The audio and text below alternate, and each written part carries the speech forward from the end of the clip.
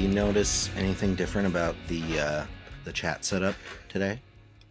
Only because you pointed it out to me in our pre-session. I would not, in full disclosure, I would not have noticed it had you not brought it up. Your name that you have entered the Riverside recording session is Arby's.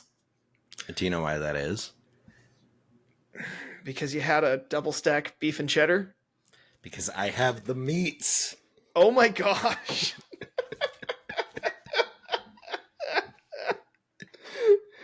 This is not going to make sense to anybody who's not watching the YouTube version. No, but that kind of makes me love it a little bit more. Oh my gosh. Do you want to explain to them what just happened? You held up 2 briskets. Yeah. two I want to make it very clear, they were point cut briskets. So 2 halves of a brisket. Yeah. I was going to say they looked small. Yeah.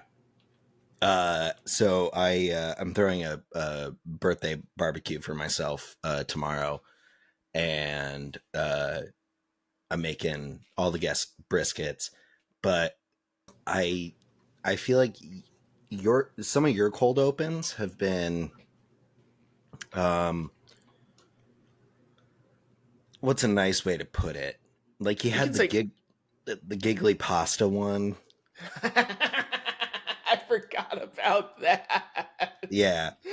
And I felt like it was my turn to just, make the like kind of, dad joke cold open. It's only fair.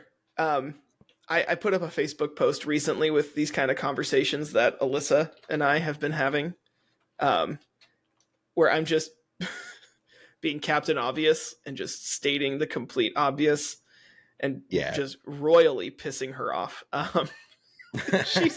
She's so patient with me.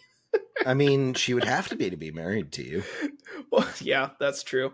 Here's some of the ones that I've said. So we were at the temple, the LDS temple in Carmel, Indiana, which is just north of Indianapolis. And we saw a car with an Oregon license plate. And she's like, wow, I wonder what they're doing here. And I said, probably going to the temple. Wait, what?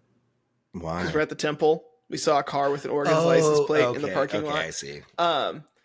We were watching TV a little bit ago, and someone got shot.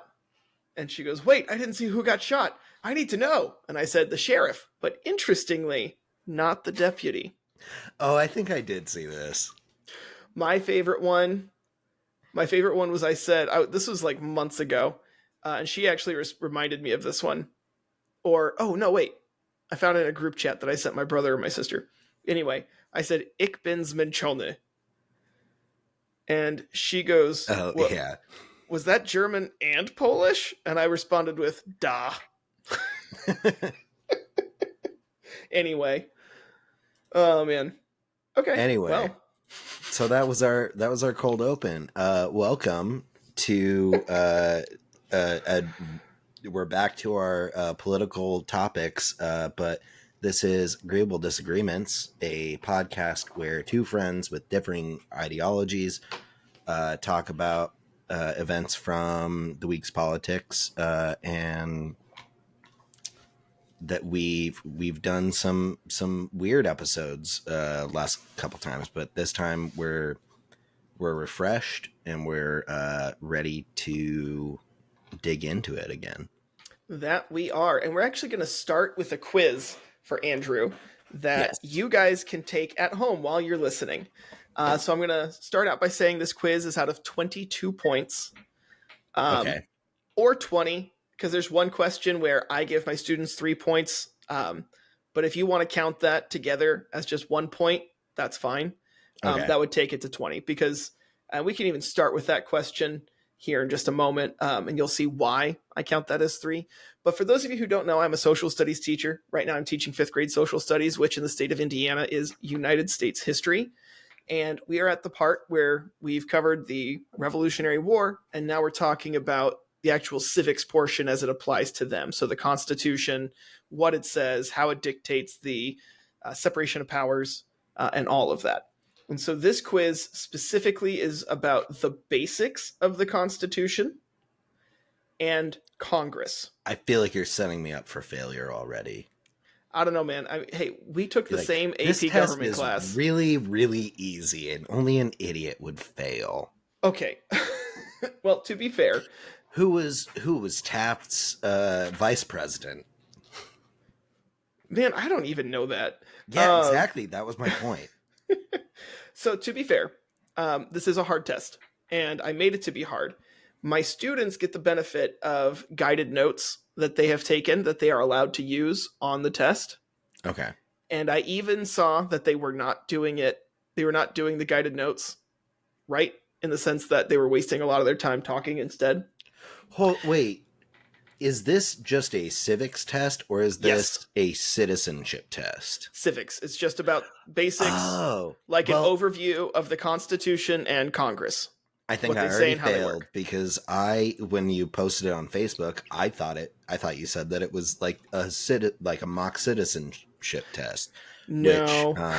Which, okay. Well, I would do that if I was teaching high school. So I've had 3 adults take it so far. The highest score is 16 out of 22 right now. Yikes. Yeah. But again, my students have guided notes, and they're actually taking the test twice because majority of them bombed it the first time. And so I'm giving them the opportunity to restudy and retake the test. Okay. What's the name, age, and social security number of the adult who did the worst on the test so far?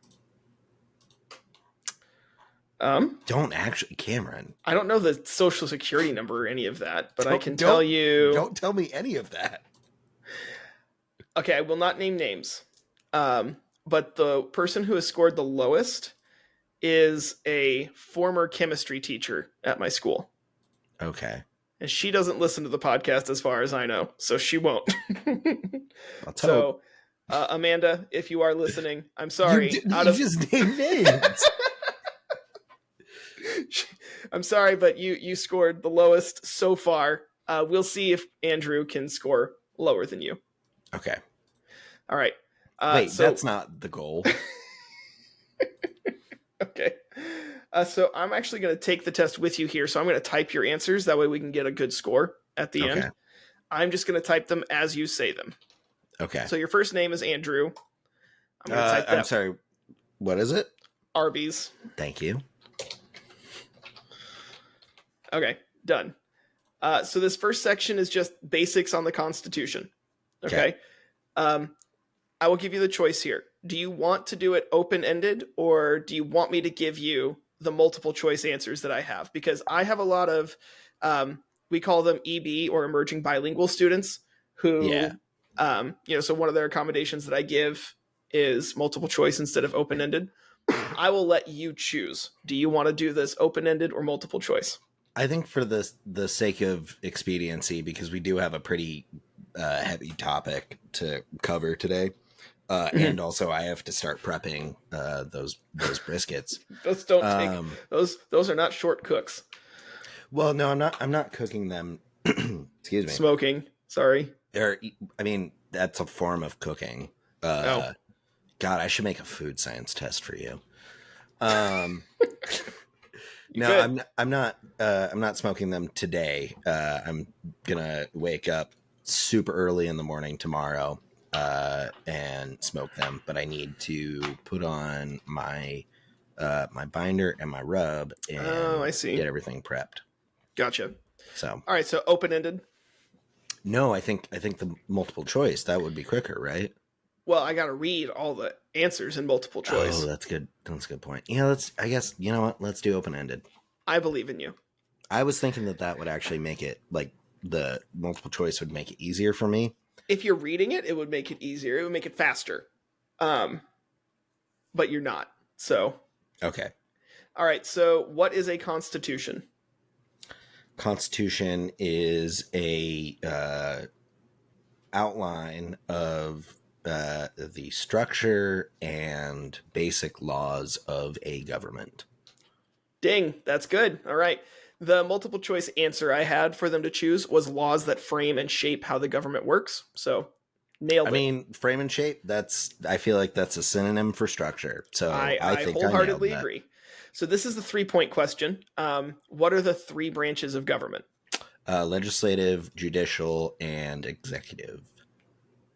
Wait, of Very- our government? Yes. Oh, okay. Not the shadow government. I mean, no, Then there's 4, and it's that's Illuminati. built within the judicial branch, Oh, specifically you're right. the Supreme Court and their shadow docket.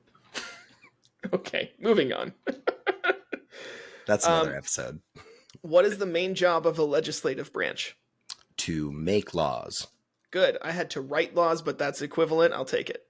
What is the main job of the executive branch? To, I think, execute those laws. Execute. I use the word enforce in my class, but yeah, it's the same thing. Okay.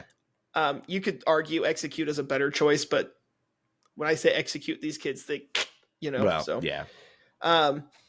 What is the main job of the judicial branch? I think the judicial branch, I feel like that's a loaded question, because I think I'm gonna admit right now, I don't know what the official function of them is. I mean, I do, but I don't know like a succinct way to explain it. But I think from my point of view, their supposed function is to act as a check on the other 2 branches and to determine to basically to interpret the laws and how they're enforced. Whether or not they do that, that's really up for debate, especially the last year or 2. So you were way off, but then you brought it back and got that keyword in there, which is interpret. Okay. Yeah, so their main job is to interpret the laws, and yes, there are some other duties that come along with that. Right. But if we're None of boiling them it down, include taking money from Harlan Crow. oh my gosh! All right, moving on. Just saying. Okay, so that concludes that section. So now we're moving on to specifically checks and balances. Okay. Which of these I will do? I'll do it like this. All 3 of these questions have the same 3 multiple choice answers. So I'll give you what the multiple choices are, and then you can match them. Okay. Okay. So your choices are presidential veto. Okay. Strike down laws and orders as unconstitutional. Okay. And impeach other members of government. Okay. I feel like I could answer this without even hearing the question. Probably. Which of these is an example of checks and balances the legislative branch provides? Strike down, impeach. Okay. That is correct. Which of these is an example of checks and balances the judicial branch provides? Same 3. Strike down the laws. I forgot the first one. What was presidential veto? Oh, presidential veto. Yeah. And because the next one is executive branch. Same question. Presidential veto. All right, 3 for 3. So far, you've got 100%. I mean, you almost missed the main job of the judicial branch, but you saved it right at that last second. Yeah. Okay, here's where it's going to get kind of dicey. I got to keep it, entertaining, and I have to at least like pretend like there's going to be a Rudy moment where they're like, oh, I don't know if he's going to do it. Okay. So how many? Oh, hold on. There we go. How many people are in the House of Representatives? 345. You're dyslexic. It's 435. Okay, hold on. I feel like I should get that one. Nope, you said 300. I feel like you were I 90 should get off. that one. You were a whole 90 people off. You are not getting that all one. of the digits right. They're not in the right order. But I got them right. No, I'm not counting it. Nope. I'm counting it. I'm counting it in my head. Okay, that's you can count it in your head. It's not going to affect your grade. So this one. So this one, I will, for you and for other listeners, I specifically asked how many representatives does Indiana have in the House because we live in Indiana. I'm teaching in Indiana. Oof. I will let you instead answer for your home state. Oh, for my home state? Yep. So where you live in Oregon, how many representatives does Oregon have? And listeners, you're going to have to fact check yourself. how many representatives does the state you currently live in have in the House? And then I'll also give you the answer for Indiana. Okay. I believe it's 9. For what? Which state? For Oregon. Okay. Is that correct? No. Oh. Oregon has 5. Really? Okay. Well. Or wait, 6. 6 now. Oh. Okay. As of 2023. I guess we did just have like a census year redistricting or whatever determines that. Yes. So there are currently 6 members of the House that represent Oregon. There are 9 in Indiana. Wait. Uh-huh. No, I mean, I still would have been wrong. So, first of all, I thought you meant representatives in the Electoral College. I still would have been wrong. 9. Still would have been wrong. But so that was Wikipedia confirming. Let me double check it on another one. Yeah, Britannica also says Oregon has 6. So, yep, okay. 6. I was closer though if it was about the Electoral College. That's the next test. So we're doing the Constitution and Congress right now, and then we're going to move on to the president of the executive branch. I don't know how much time I'm going to spend on the judicial branch because they're in 5th grade. Anyway, yeah. So Indiana has 9, Oregon has 6. Listeners, check your own state. So I'm going to say, if you're in Wyoming, don't bother. It's 3. I'm going to say wrong. How long are elected terms for representatives? 2 years. Okay, that is correct. What is the minimum age for representatives? I believe it's the same as president, which is 35. Wrong. No. It's not. It's 25. I got it in before you told me.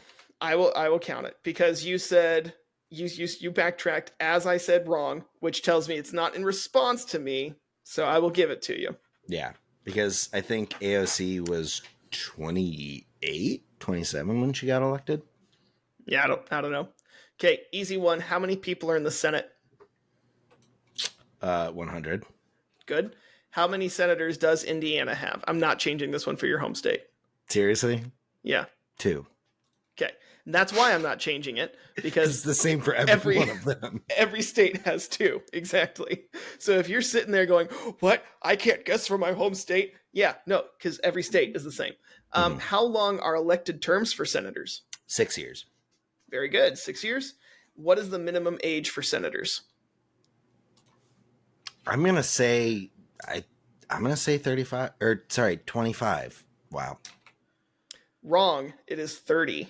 Really? Yep. Okay. House is 25, senators are 30, president is 35. That seems like a thing that needs to change. Why? I want to ask why, but yeah. We'll talk about it later. Yeah. Anyway. Actually, no, now that I think about it, I just turned 31 this last Tuesday. No, that doesn't need to change. Yeah, I think it's a pretty decent age. I mean, Kennedy is still the youngest elected president, and he was in his early 40s. Yeah, he was like, 41, 42? I think Obama was like 46. We talked about this on a previous episode. Kennedy was 43, and then I think Obama was 47. Oh, okay. 47, yeah. Okay. I looked that up because my students asked him. Anyway, asked me the same thing. What is the difference? Oh, we're moving on, by the way, to a new section. How bills become laws. Okay. What is the difference between a bill and a law? A bill is a proposed law, and a law is when it actually gets enacted. Okay, that is true, but what is the difference between them? Like, what happens to make a bill a law? Because the section is how bills become laws. So bills get debated in the legislature. There are, various amendments to those. There are motions made. And I guess the House of Representatives approves a bill, sends it on to the Senate that goes through the same process of debate. They approve that, and then it goes to the president, who can either veto it or not. And if he signs off on it, then it becomes a law. That's the key, right? So bills have not been signed by the president. Laws have been signed. Okay. I actually didn't know that. Yeah. There is one situation which I will ask you about. Yeah, there is one situation which I will ask you about here in a moment. Executive order. No. Oh. You'll see. Okay. You got it right. I'll give it to you because you gave me another answer that is true, and then you explained to the answer that I was looking for, so I'll count it. Okay. This is a true or false question. Oh, and before we move on to that, actually, you said something interesting. Black Bears. Bears beats Battlestar Galactica. You said something interesting. You said that bills start in the House. They can start in either the House or the Senate. Oh, okay. I didn't know that. Mm-hmm. They can start anywhere. Okay. So true or false, both the Senate and the House must pass the exact same bill for it to be sent to the president. I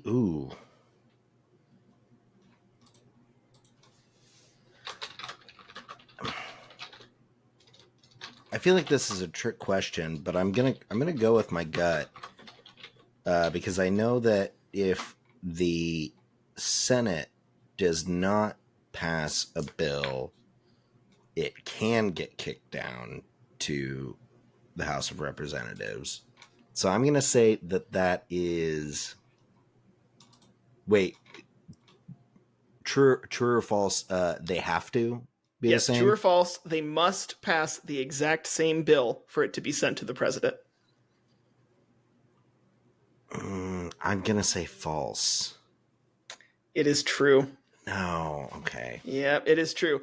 It has to be passed the exact same, but in both the Senate and the House. And so if either chamber makes any change, then it goes back to the other one. I feel like they have I should to re-vote on that one. It's a trick question because it's one of those things where you're like, yeah, of course they have to pass the same bill. But wait, if he's asking about it, do they really? Yeah, I thought that you were putting this in there. I mean, here's the thing. I'm not thinking about it from a fifth grade perspective. I'm thinking about this from a perspective of Cameron is trying to make me look foolish. And I feel like so far I've done a pretty good job. You have. You've only missed a couple of questions. But I'll give you your final score. We've only got 2 questions left, and then you get your score. Okay. All right. What is a veto? A veto is like a big red X on a bill. It's a non-endorsement. I don't know how you want me to explain specifically this. In this context. Like, we've been talking about Congress, how bills become laws. In this sense, what is a veto? A veto is like in United States congressional legislative government. It's a blocking of the bill in that particular form that can be overridden by a previous voting body, depending on how many people support it. Who has the power to veto? Because you've got what it is, but there's one key thing here. I think it's just the president, right? There you go. Okay. So the answer I have in the multiple choice is when the president says no to a bill passed by Congress. Oh, okay. Which that's not exactly it. I'm oversimplifying it for 5th graders, but that's essentially what it is, right? President says, nope, I know you passed it, but I'm saying no. Right. And then it can still, like, the Congress can then... That is the next question. Oh, okay. So how can Congress pass a law if the president vetoes it? There is a way. Do I have to get the right percentage? Or fraction. Okay. I think it's 2/3 majority. Or is it 3/4? Of what? You gotta choose one of those two, and you gotta tell me of what? Of Senate. I'm gonna say 2/3 of the Senate. You have the 2/3. but it's Oh, is it? both the House and the Senate. Oh no! Can I get half a point? I'll give you 2/3 of a point because you got House, You you know got what? I'll take Senate, you that. got That's better. 2/3. Okay. All right. So I can only mark it as correct. So I'll just take 1/3 of a point off your final score. That's fair. And that would create your score as 15.66 No, come on. out of 22. Come on. I was 1/3 of a point. Oh wait, away. hold on. It marked your elected terms for representatives wrong, even though because I have my pre-selected options. And so if you don't type it in exactly the way I typed it in, which I didn't, even though I'm the one that wrote the test. Okay. So sorry, you actually get 2 more points because you were correct on elected terms for senators and representatives. So you got 17.66. So what you're saying out of is 22. Out of all the adults that have taken this test, I have done the best. You are 1 2/3 points. Also, better. I'm still counting the number of representatives in the House because I had the information. I just didn't organize that, and that's due to my learning disability. And you I don't can't think discriminate. it is. You were very adamant that it was 300. But you I had all of the digits right. I had 45 because I was picturing it in my head. I had all of the digits right. What do you think is more likely, that I happened upon that, or that I was just misordering the number of, or the order of the digits? Well, I'm going to play the educator card here and say I do not have your IEP in front of me, and so I don't know what accommodations I should be giving you. So I'll see you in court, sir.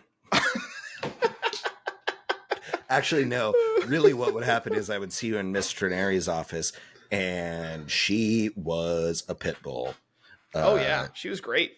Yeah, she was fantastic. And it was honestly pretty entertaining, if not distressing, for me as a student, when I had one particular teacher who I'm not going to name, but his name was a color, who very vehemently did not want to follow my IEP plan. And she had a meeting with him and was like, you don't get to decide that. Right. It's law. It's binding. Yeah. I just want to point out that you said IEP plan, which is like saying ATM machine. Okay. Because it's individual education plan. So you said individual education plan. Sure. Not sure. That's what you did. Anyway, you got a B-. Even if you get that extra point, okay, that takes you to 18.66 out of 22, which is still like that takes you from 80, rounding up 81 to 84%. Okay, but if we're grading on a curve, I aced it. but we're not grading on a curve. Could be. I tell you what, I will send you my guided notes. Every question from the quiz comes from the guided notes, but not each of the guided notes are on the quiz. Fill those out, let me check them, and then just like my students, you can retake the quiz. I'll keep the higher score. Okay. That might actually be a fun thing to do next episode. See how you improve, track your progress. Yeah. Oh my gosh. All right, well, transitioning out of the happy, joy topic, Iran and Israel. Mm-hmm. Whew. Lots of stuff happened recently. So much to the point that we were originally going to talk about abortion tonight. And then we both were like, no. Yeah. Well, also, we initially, we intended to record yesterday, but I ended up not hydrating while I was doing some physical labor to fix the smoker that my roommate left out in the rain all winter with pellets in the hopper, and got myself a big old migraine. And I feel like even just, within those 24 hours, there's been some changes. Yeah, because Israel striked back. Yes. And their missiles didn't get shot down. Wait, so I actually only heard I only heard about this when I was listening to NPR on my way to work this morning, that's when I heard that they had retaliated. And then when I was driving back from work this afternoon, the only part that I heard was Iran's claim that they shot it down and that there were no injuries. So I actually don't Oh, know. maybe it could be. I didn't know. I I thought I mean, saw somewhere, but I'm looking at it right now and I don't see coming anywhere. from Iran, I mean, So it says, first of all, I want to say I'm looking at CNN World right now, and this is saying that. Oh, it appears that I froze, at least on my end. You're still fine. no, you froze on my end too. Oh, you're back. I'm back? Okay. Anyway, so it looks like the scope of Israel's counterstrike was not very much. Yeah, it wasn't nearly as large as the Iranian attack. Yeah, and Iranian officials said air defenses intercepted 3 drones close to an airbase where explosions were reported. However, Israel has not commented, and Iran has not identified the source of the attack. Oh, okay, interesting. I think the CNN website is what was bogging me down because I closed out of that tab and I immediately am seeing less lag on my end. Yeah. CNN is a RAM heavy website, apparently. But okay, so the limited amount that I heard was that, I mean, I guess maybe I just assumed that it was a missile attack. It looks like it was a drone strike. Okay. An attempted drone strike. Okay.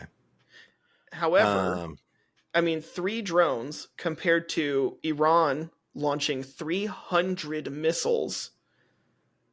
Like, I that's heard almost it was more like 100. AP, not AP. Hold on.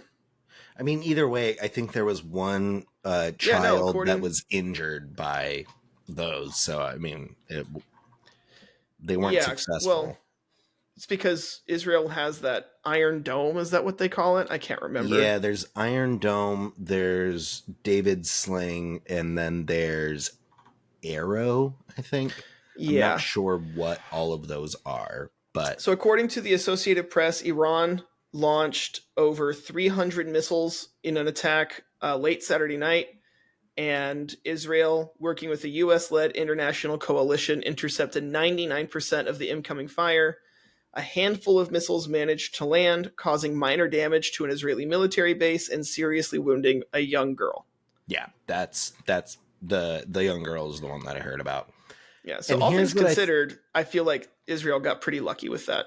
Right, but here's what I think is interesting, is all of the, at least the U.S., Germany, and I'm pretty sure Italy also said this, but they're the 3 largest suppliers of weapons to Israel.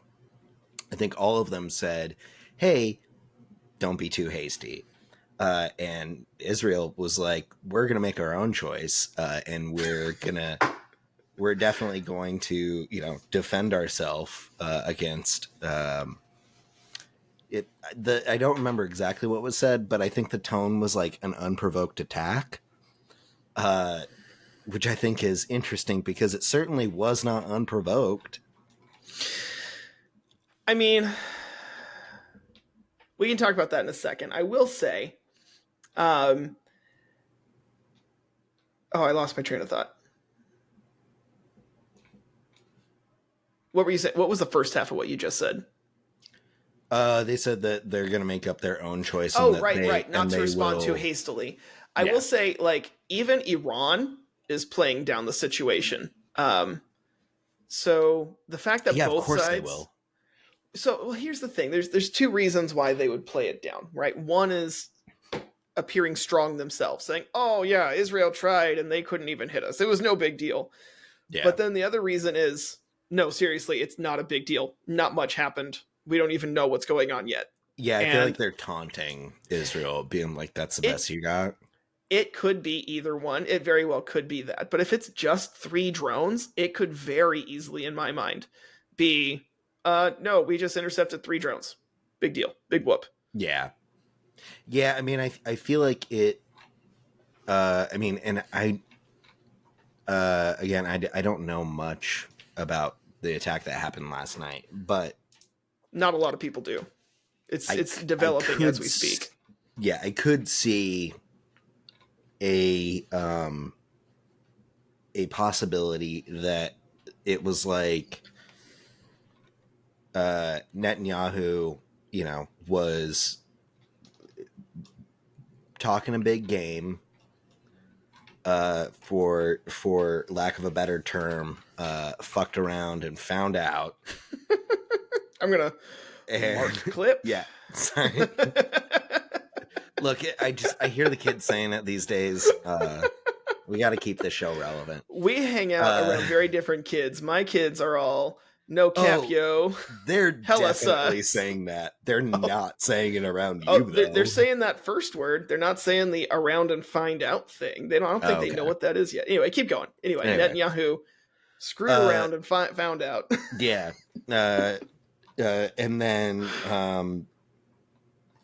And then, like, after getting pushback, and I know yesterday, or no, sorry, I don't think this had to do with the Rafah thing. This meeting wasn't about Iran. Mm-hmm. But I think he got enough, like, pushback from the Western nations that are kind of, like, supporting Israel. Sure. That possibly, and also like 10,000 Israelis who have been protesting against Israel's actions. And I think maybe it was like him, if it was just 3 drones, maybe it was just him trying to save face and like make a show of force that's pretty consequential. Is that the right term? Mm-hmm. Yeah. And basically, like, it was the ballistic ordnance version of pulling your punch. I mean, I could see that. I think both sides at this point are trying to front. I mean, you've got Iran, who's trying to show off their might by launching a single strike with 300 missiles. Oh, certainly. But at the same time, that's a very... you can tell that they've had a lot of dealings with Soviets and Soviet international policy, because that is a very Soviet thing to do. Yeah. And who knows how long they can keep that up.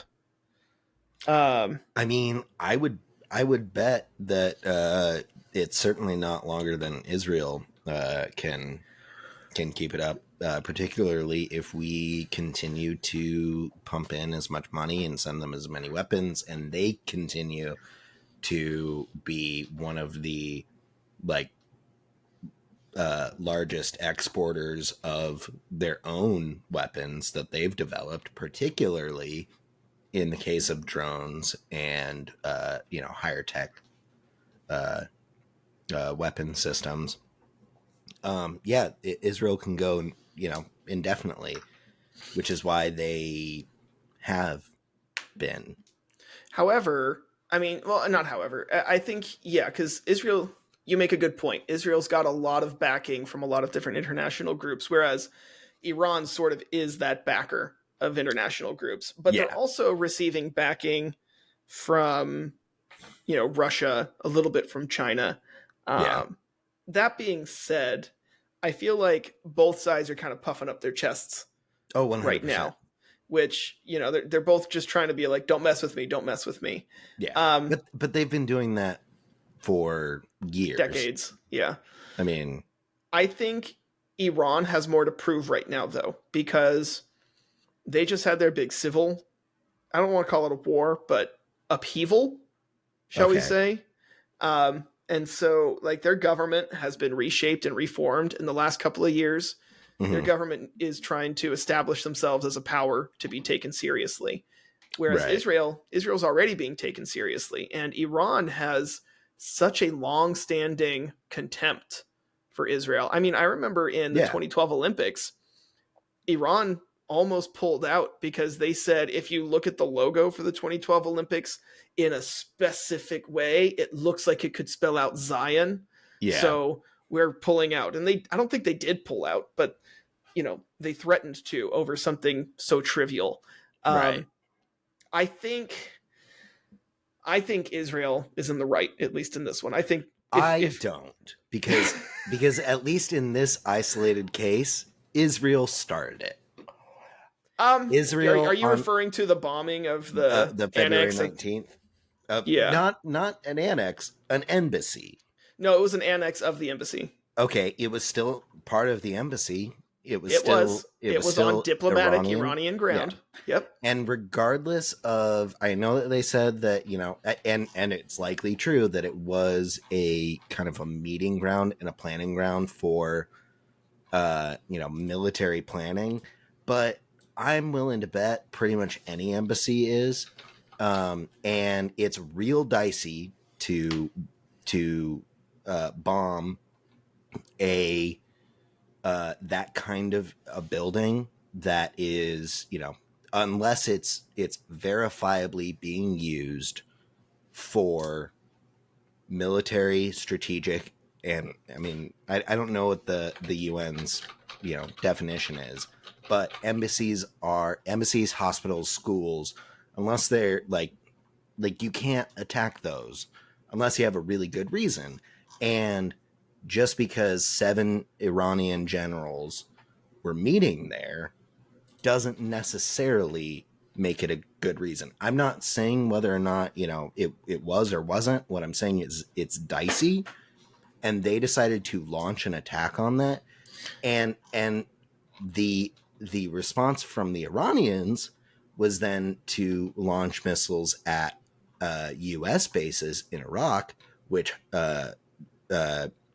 injured, I think it was like 100 U.S. service members. And then Iran launched their attack.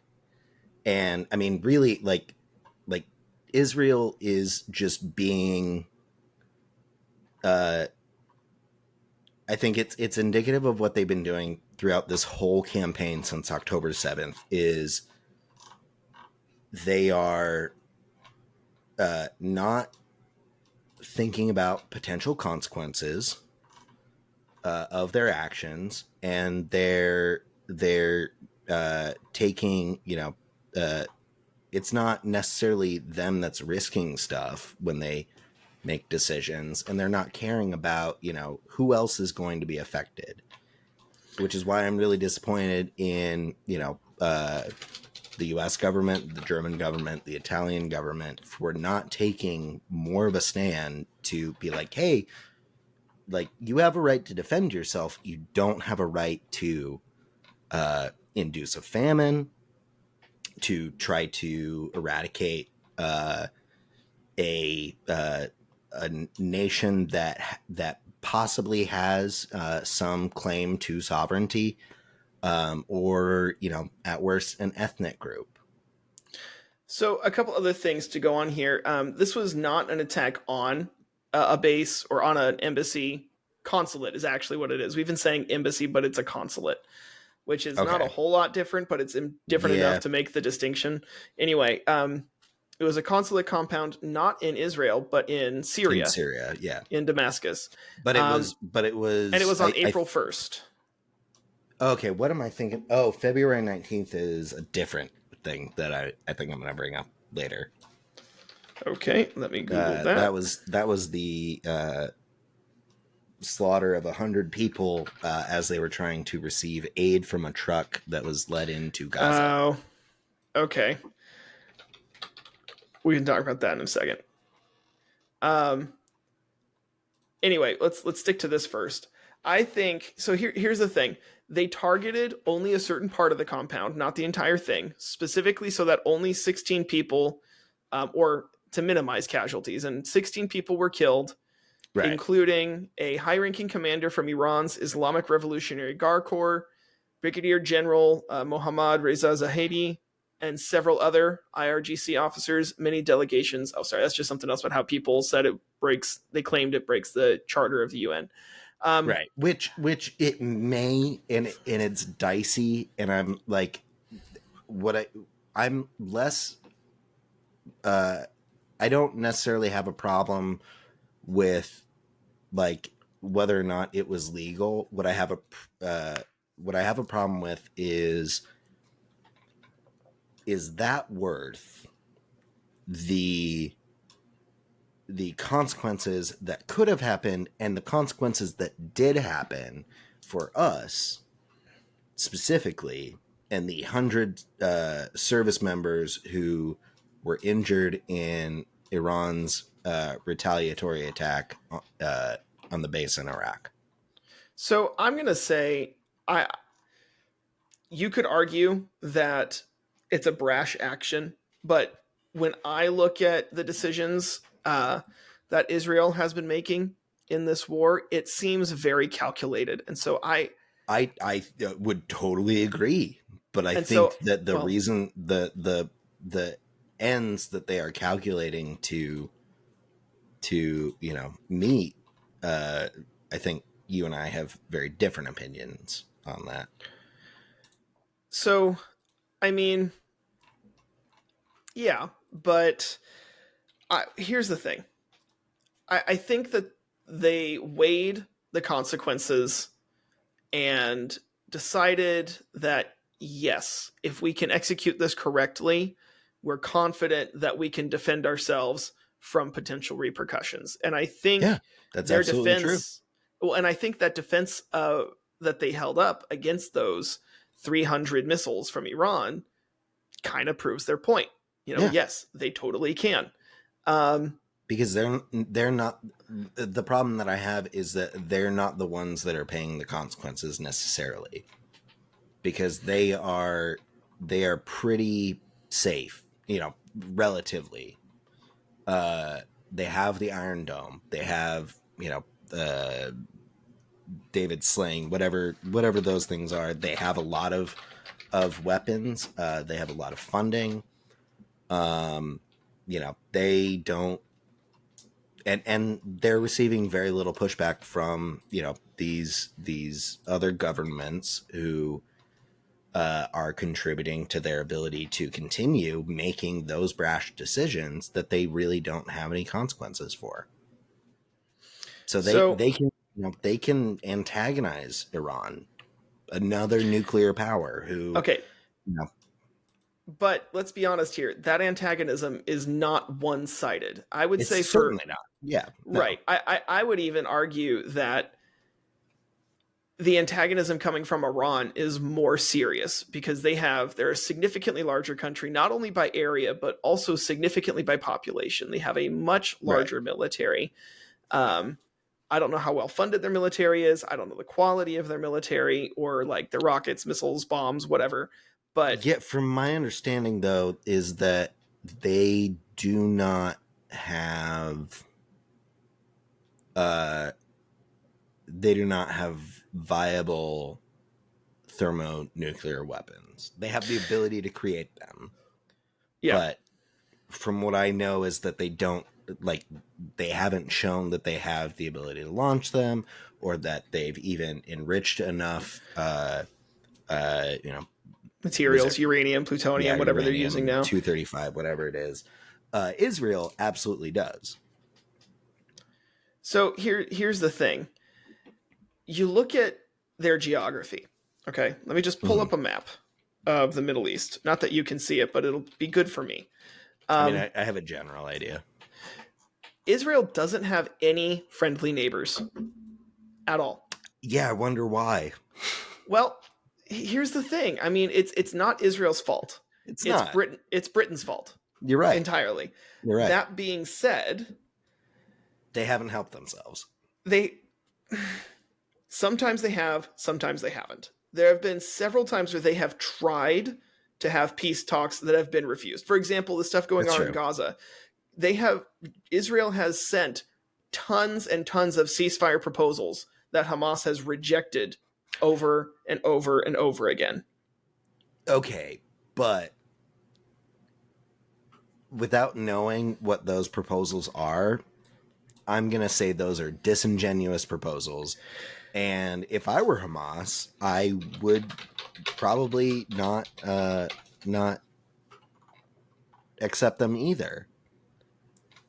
because ultimately what Israel themselves have said is that not Israel, Netanyahu has said, and he may have publicly changed his tune in the last couple months, but he, from what I know, he has no interest in the existence of a Palestinian free state in any form. So here's And Mhm. his proposals, from what I know, have not haven't been they've been a little bit lackluster in terms of compromising and finding a peaceful solution. And so, I mean, in that regard, I can't really blame Palestinians or Hamas, however you want to classify people in Gaza. So here's the thing. You're right in saying that a lot of current Israeli leadership does not want there to be an individual or free Palestinian state. However, also to be clear, that does not necessarily reflect all of Israel That's true. or its That's true. citizens. That also being said, here is what Hamas said 6 days ago when they rejected the most recent ceasefire agreement or ceasefire proposal. They said, and this is from Reuters, published on April 13th, we reaffirm our adherence to our demands and the national demands of our people with a permanent ceasefire, the withdrawal of the occupation army from the entire Gaza Strip. Sure, I'm down with that one. Okay. The return of the displaced to their areas and places of residence. Okay. So basically returning hostages and refugees. Also fine. I interpreted that differently. I think it's the return of the people that, and I don't have statistics on this. Really, what I have is like videos that we see on the news of IDF soldiers going and kicking out people from their houses. I think that's what that's referring to. So let's talk about, and let me finish reading this and then we'll talk about why that's happening and why I think their response is disingenuous. So they also say intensification of the entry of relief and aid and the start of reconstruction. And that's the end. Now, you brought up a point that connects to that and I think helps drive out a couple of points that I want to make. Okay. First of all, we have a lot of evidence, a lot of evidence showing that Hamas is blocking a lot of entry of relief and aid. No, we don't. Yes, we do. Not according to USAID, not according to UNRWA, the UN body that Israel has essentially kicked out, which is the entire reason why World Kitchen was taking up that responsibility to distribute food in Gaza that ended with, I believe, 3 of their aid workers being killed. That's also, it's not Hamas that has killed 200 aid workers in Gaza. It's also not it's not Hamas that is saying, we've allowed 400 aid trucks daily to go in, when really it's about 200. And because of the restrictions on what Israel is allowing to be sent in, including things like wooden crutches, basic medical supplies, and sleeping bags that are deemed military equipment because they're a certain shade of green, those trucks are half full. And those 200 trucks, if they were totally full, is half of what I believe half of what the UN says is needed to prevent a catastrophic famine. And regardless of whether or not you have a right to defend yourself in any armed conflict, especially as a member of the UN, you have a responsibility to at least not commit war crimes, like using famine as a weapon. So here's the thing. Why does that aid need to come through the front? They have a border with Egypt that is completely open. Why don't they send the aid through Egypt? I mean, that's a good question. I think one of the answers is that Egypt, I think more the entrances to Gaza are largely not controlled by Hamas. Okay, well, that border between them and Egypt doesn't touch Israel. No, but Egypt hasn't let in that much. Right. And so what I'm saying is if one of their closest allies, right, Egypt is a huge Palestinian, huge Hamas, huge Gaza supporter. Yeah. Egypt has refused the entry of any refugees, and they have refused to let any aid go through. Israel does. They do let aid go. I will say it's not as much as they probably could. It's not as much as they are claiming that they are. 100% agree with that. And the amounts that they're claiming that they're letting go through seem to be, from my outside perspective as somebody who doesn't understand it, but or understand it as well as some, is it seems to be the amounts that they're claiming are pretty closely to what the UN is like, hey, you have to do this, otherwise you're going to be committing a war crime. Okay, but here's the other thing, though, right? The other side of that is you mentioned that Hamas hasn't killed 200 aid workers. I would argue that they have, because they are intentionally, and there's a lot of evidence of this, it's unilaterally almost agreed that Hamas is strategically embedding their forces among civil populations just to use them as human shields. Sure. Just so that they can justify saying, oh, look, they killed 200 aid workers. But when Israel is saying, hey, we're dropping pamphlets telling you when the next attack is going to be, we're sending out alerts on your phones to days ahead, hours ahead, to tell you to get out. And Hamas is not letting you leave. Hamas is specifically hiding in your homes or in your neighborhoods, knowing that Israel will get in trouble for targeting them, right? Is that Israel's problem if they're telling you, hey, we're doing this, get out, and you are not being allowed to leave by the people who are saying they're protecting you? Yes, because, I mean... I disagree completely. No, hold on. I don't mean yes, Hamas has a right to do that. That is, okay. I mean, that's the basic... I didn't think you meant that, but that's a good clarification to make. Yeah. Okay. So here is... I'm not going to defend Hamas because Hamas is, I think rightfully so, labeled a terrorist organization. They also happen to be the governing body of Palestine. Yep. Here's a couple problems that I have with so like basically I think already what they say can't necessarily be trusted.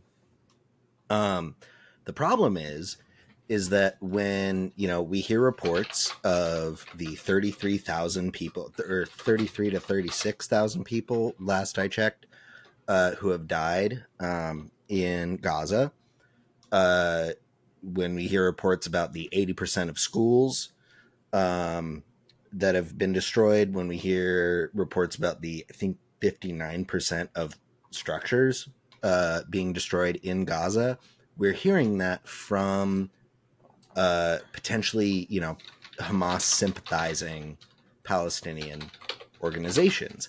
And the reason that we're hearing it from them is because Israel has refused to let journalists in from their side. And so, I mean, we really don't know how many, we have no way to fact check that. Well, I mean, we do, because they're not letting Palestinian journalists in, but they're still letting journalists from the United States in, and the United States is not 100%. Not to my knowledge. Let me double not check. To my knowledge, Israel has gone to extraordinary lengths to, if not entirely prohibit, at least significantly limit the number of journalists that they're letting in to verify these facts. They've also made an enemy of the UN, and essentially said that the UN are not just Palestinian sympathizers but collaborators. So they're not able to go in. And what's more concerning is the general lack of the reason they're utilizing the fact or claim, I don't know which, Mm-hmm. that Hamas is, basically engaging in insurgency, which I think, I'm not gonna dispute that. That's a common tactic that they've used. It's also a very effective tactic, but I think they're also using that to their own benefit to not do their due diligence to make sure that they are uh, uh, uh, doing their due diligence to make sure that the people that they're killing are actually, the people that they should be killing.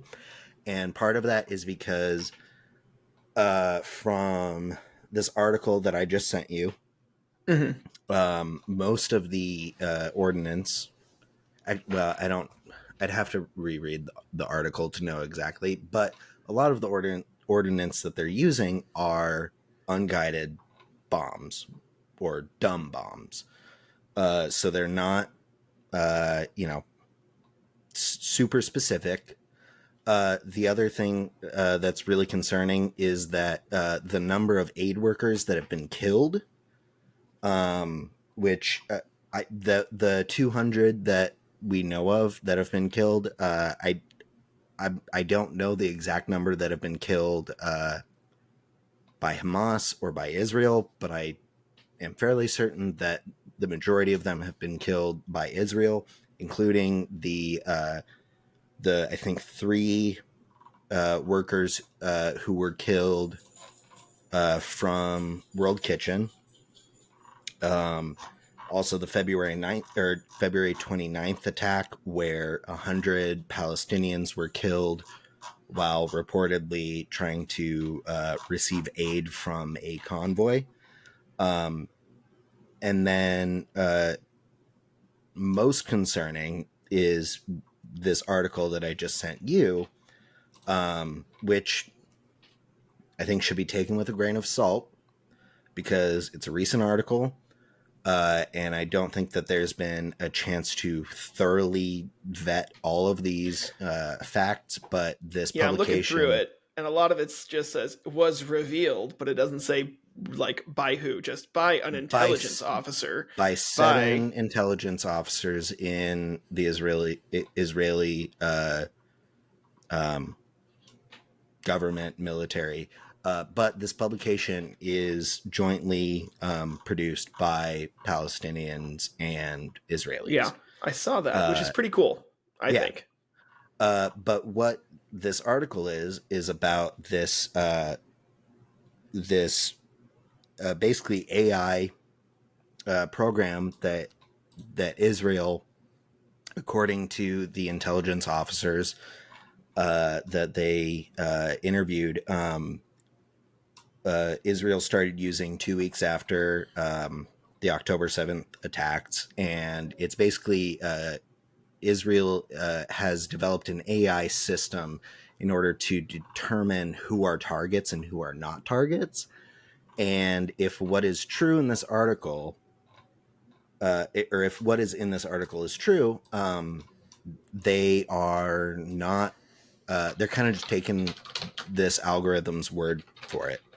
And they're not doing much vetting, except for very high profile targets like, commanders, generals. But of the 30 something thousand targets that they've identified, most of them are very low level, and they're using things like, phones that they that are known to be Hamas members, or houses that are known to, be owned by members of Hamas. But they're not checking on, in a time where communication has been disrupted, did somebody lend their phone? Is somebody housing, family who Okay, is how are not? they supposed to know any of that? Because it's their responsibility to know that. They Okay.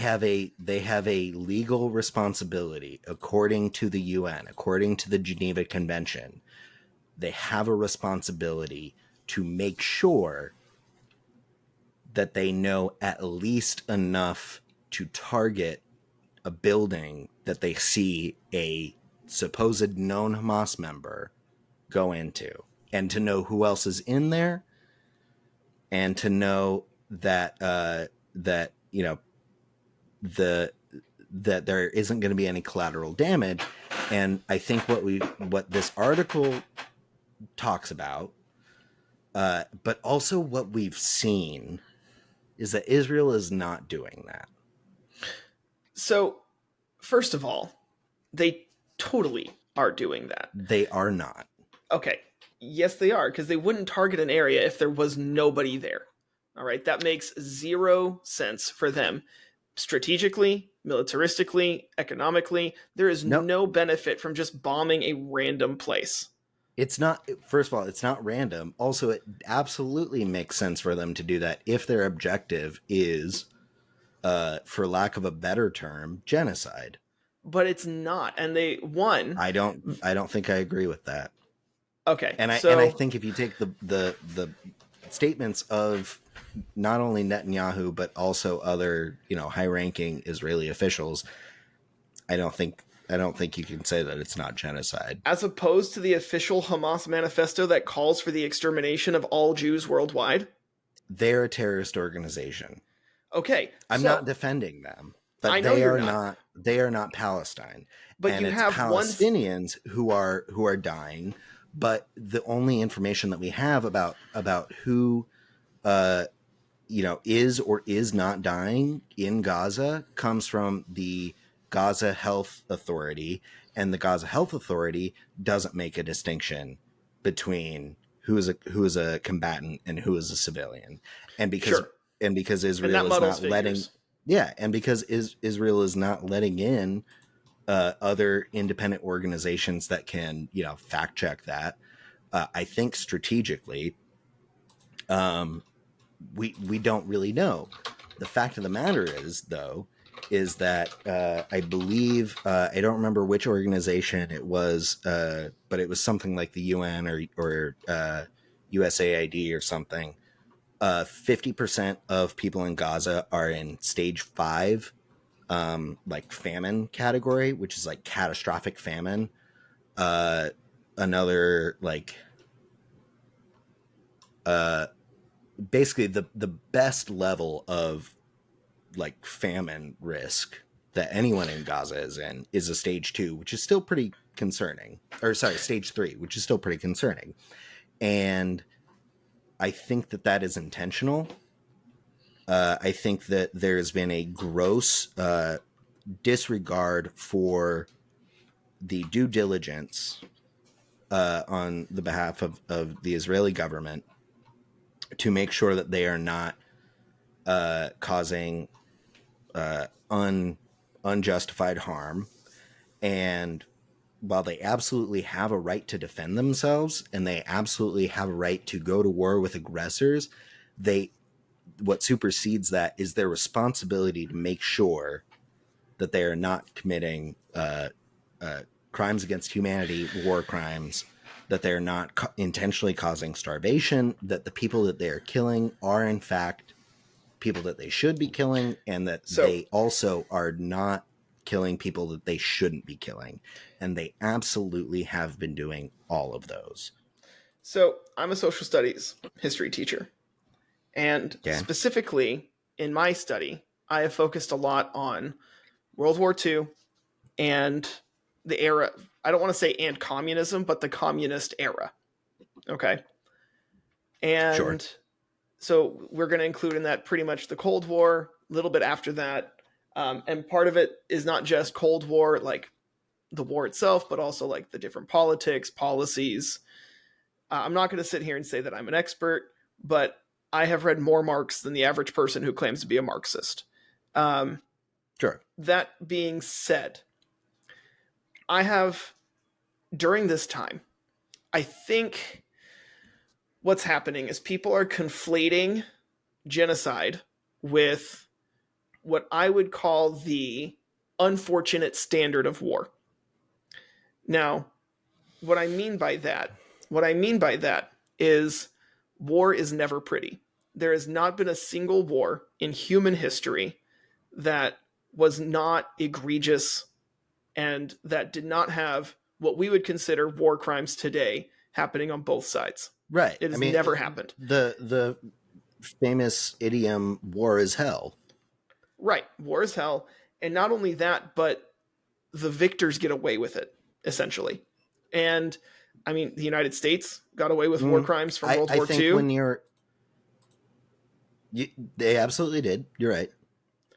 Same with Vietnam. However, go ahead. Oh, I think it's different when you're assigning a member of the UN treaties on what constitutes on what constitutes war crimes, and targeting a population based on a non-combatant population based on their location, based on their affiliation with a certain ethnic group, intentionally using hunger as a weapon, having insubstantial regard for collateral damage, targeting non-military buildings like schools, hospitals, embassies, housing structures that you like. The burden of proof is on Israel to prove that these targets are, and they haven't shown that. Okay, so again, I'm going to say we're conflating genocide with what is standard in war, because when you look at let me finish. Okay. Because when you look at past wars, we've seen almost the exact same thing happens. Vietnam, Americans committing war crimes. Guess who's on the committee deciding what constitutes as a war crime? The United States. Right. You've got Germany, Nazi Germany, pulls out of the League of Nations once it gets to the point where it's clear that they can't push their agenda very much further, because they did. Sure. They were part of that committee that decided all of these things that the League of Nations was deciding. And then once it gets to the point where they can't have that say anymore, they pull out in 1933. After they're already committing, it's early days of Nazi Germany. So at that point, they're not rounding Jews up and sending them to camps, but they are heavy into eugenics. Yeah. And I mean, I think the first Nuremberg laws were enacted in 1932, and they were seemingly innocuous stuff like, oh, Jews can't buy milk, or Jews can't buy bread on Wednesdays. Sure. I don't think that's analogous, though. Here's the thing. I'm not just trying to say it's Nazi Germany. It's every war has things that you can call genocide, because at the end of the day, genocide is some kind of targeting of a specific ethnic, religious, or group, however you want to define your group. Trying to eliminate that group is at its core the definition of genocide. At which point, really any war can be counted as genocide. And so you have to look more at things like the balance of power. You have to look at the overall context of the situation. If you compare the genocides that we've seen in the past, the Rwandan genocide of the 90s, you've got the Armenian genocide of World War I, the Holocaust. You have these are groups of genocide that's ongoing right now. Exactly. Or the arguable Chinese genocide going on in with the Hmong people. Not Hmong, with the Uyghur people. Yeah. So none of these groups are terrorist organizations. None of these groups have a civilian population mixed with a militant organization that is intently attacking and calling for the eradication of the more powerful state that surrounds them. These are all groups that are seen as religiously, ethnically, some kind of inferior group that needs to be eradicated. And the only of these two sides that is calling for anything like that is Hamas. Now, I know you're not defending Hamas. However, Israel does not want to eradicate. They have been open and clear about not wanting to eradicate Hamas. They just want the hostages back. They've been very clear about what their demands are, and the demands don't even require Gaza being destroyed. They just want Hamas to say, we won't do October 7th again. And Hamas is saying, no. I don't think that that's accurate. And I want to make a distinction here, because I think the distinction that you made was I mean, I have issues with it, but I can see where you're coming from. I'm not. I think when I said that their intent is to commit genocide, I think that's you a said personal de facto, feeling. which means like it's not just a personal feeling. That's something that international leaders have called for. That's something that intellectuals, academics have called for. But at the same time, these are groups that Hamas has openly been targeting with their rhetoric for the last 30 years. Right, but here's I think you're conflating my meaning of genocide, or my use of the word genocide in a specific sense with really what I'm talking about, which is war crimes. So, but then we shouldn't be using the word genocide, because if we use words to mean things that they don't mean, then they lose their meaning. But I wasn't using it. When I said genocide, that was me saying I think that is, behind closed doors.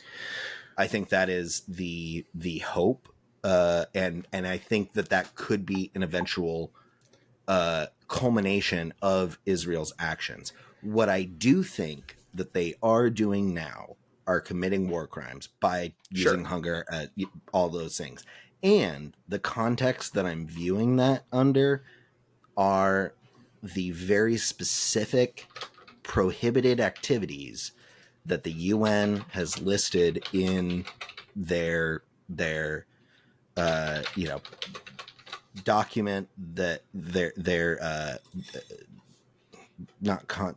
governing documents that Israel has signed and agreed not to do, and that the UN now is accusing, with I think one member abstaining from the vote, one member of I think the Security Council abstaining from the vote to launch an investigation on whether or not specifically hunger being used as a weapon. Every member of the Security Council voted in favor of launching an investigation, and the one member that abstained was the U.S. And so I think that if there is any question, if there's any question at all of if a signing member of UN treaties is violating international law, UN, prohibited practices, we don't need to be funding that. I'll agree that I don't think we should be funding that. That's fair. I'll agree with that. But we also have a responsibility to make sure that they are not doing that at all. That's the whole point of the UN. The UN was invented after World War II to prevent another Holocaust. And what I think, and I mean, I know that this is not a perfect analogy, what the situation in Gaza today really reminds me of is the Warsaw Ghetto. Oh, okay. I've been to the Warsaw Ghetto. Okay. Not even. And here's why. I'll tell you why. One, because the whole purpose of the Warsaw Ghetto was to put them in a temporary place before they were moved to a more permanent, or, for lack of a better term, final solution. Right. That is not the purpose of Gaza. Right. Yeah, I think that's, I think that's not a semantic argument, but maybe a semantic argument. Second, you've also got the whole structure of it, right? Warsaw Ghetto is basically just a Jewish quarter, and you are allowed to leave during the day for work, for errands, but you're forced back into your ghetto with strict curfews that are enforced by military. You're shot if you're out, or at least taken to jail if you're out of the ghetto during Okay, that as time. opposed to not being able to leave at all and or shot if you are in any way outside of that and part of this ethnic group at all, including the there was recently a child who was murdered. I believe he lived in the West Bank, but was killed by Israeli citizens, not the Israeli military. But I mean, there's rampant violence against Palestinian people who live within Israel. So the big difference here, though, Is that they're not allowed to is, leave, well, and the people in the Warsaw Ghetto were. it's less that it's less that they're not allowed to leave, and people in the Warsaw Ghetto were. It's more about the purpose of it in that sense, but also in the sense that the Warsaw Ghetto or any of the other ghettos around Nazi occupied anything Yeah, was the occupying force is there in the streets, on the street corners, enforcing everything. Gaza operates as its own independent government. It is self-governing.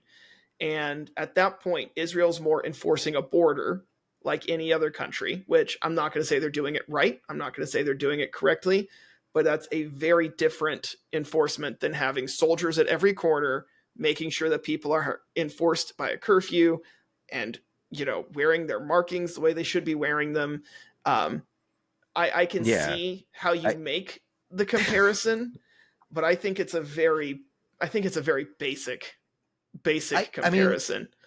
I started off by saying it's not a perfect analogy, I but I I would say it it's is a corralling of people and limiting their ability to move, which I think is also another tenet of or another like prohibited activity under either the Geneva Convention or the UN, okay, but things Gaza, you can't do because they're war crimes. but people Um, weren't forced into Gaza. People were already in Gaza, and Israel tried to whoa, move in. whoa, Israel tried to colonize Gaza. Not, no.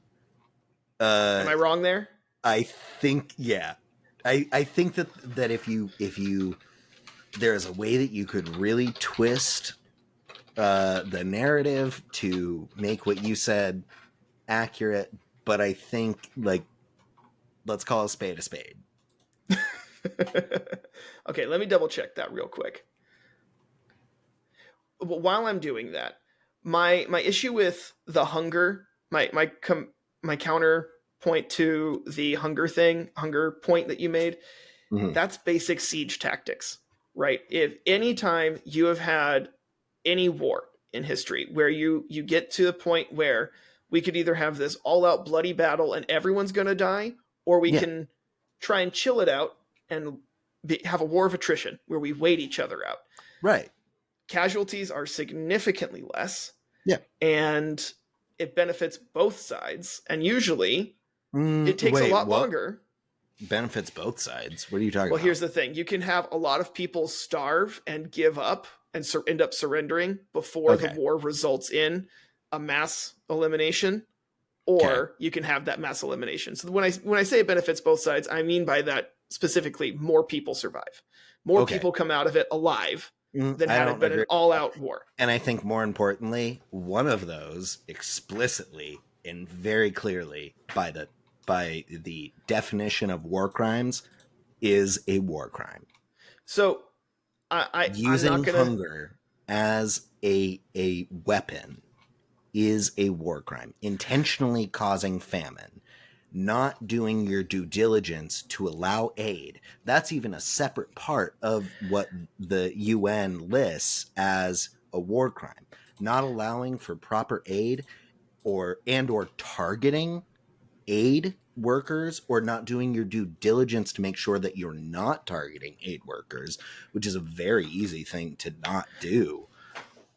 Okay, Those are war crimes. but again, when Hamas is using them as meat shields, Hamas You is know, not a signing member of the UN. okay, but okay. So here's the thing.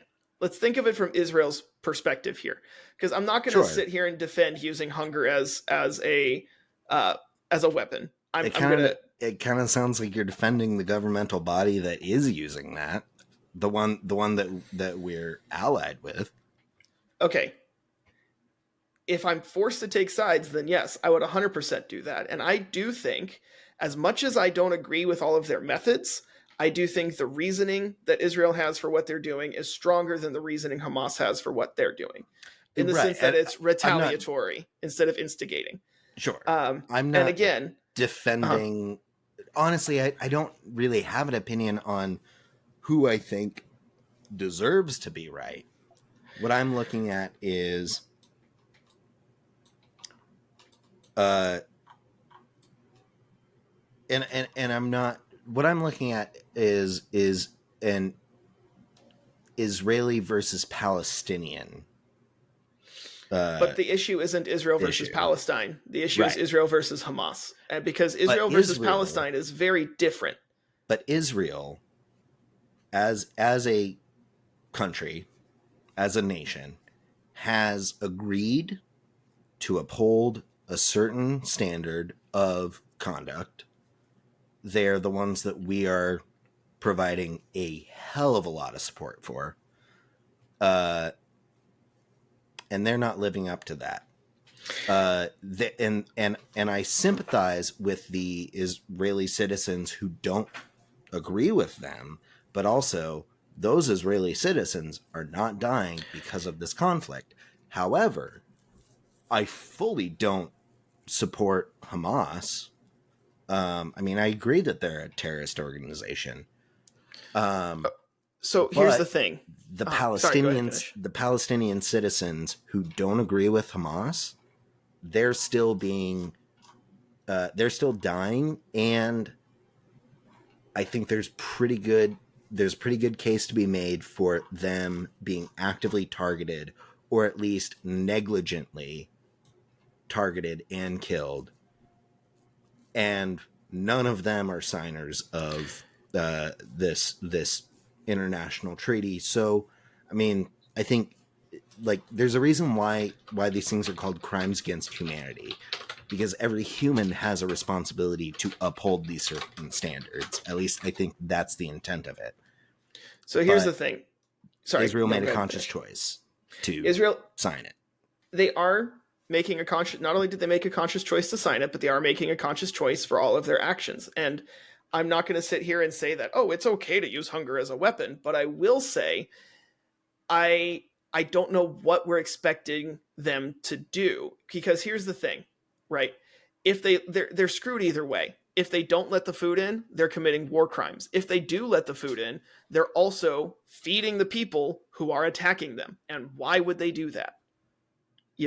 So, Well, and right. not only that, but anytime there is a war, it's really easy for people who are not involved in the decision making to sit, like you and me, to sit and have these exact kind of discussions where we can say that's not right, that's not okay. But when you're the one who has to sit there and say, okay, our choice is we can attack this city and try and limit casualties as much as possible, knowing that there's going to be some civilian casualties because Hamas is going to not let them leave, is going to use them as human shields, and is going to hide behind that to win over Western sympathy, because that is what they have been doing for 30 years. We all know that.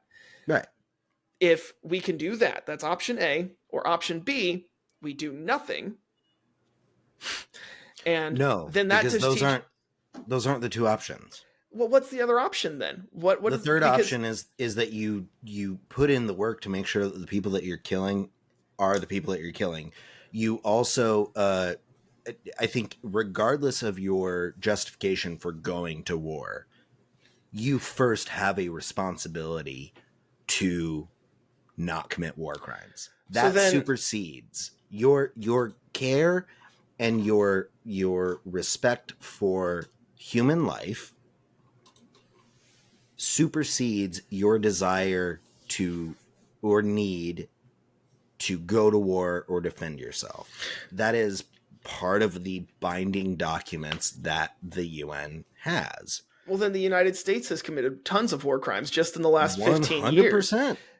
And so my point is, but they also haven't been charged by the UN Security Council for having committed war crimes. Okay, because we run the UN Security Council, you know? No, that's not true. We were the one, we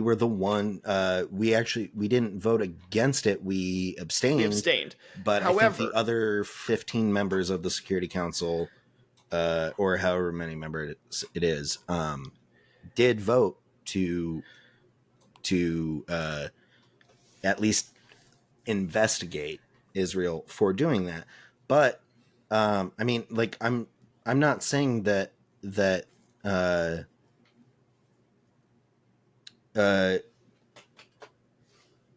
not saying that Israel doesn't have a right to defend itself. Israel absolutely does not have a right, by their own volition, to have unmitigated and uncalculated brutality against people who they have a responsibility to make sure that there is avenues for food, that there are avenues for verifying who is being killed, whether they're combatant or a non-combatant, whether, you know, the quote-unquote combatants that they're killing are in fact combatants, and they have a responsibility to not utilize things like AI to identify targets, and then not look at and double check whether or not, like, that AI system is actually effective or accurate.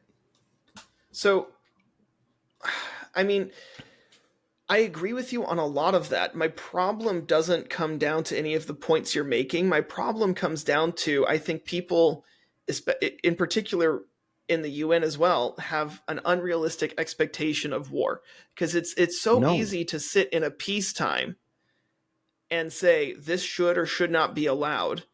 And it's very different to be in the moment where time is life, right? The more time that the Israeli Defense Forces take to identify people is time that their hostages, Israeli hostages, are being tortured or killed, is time that Hamas is also attacking Israeli forces. You know, they have to play not only the information game, but they have to play the time game as well.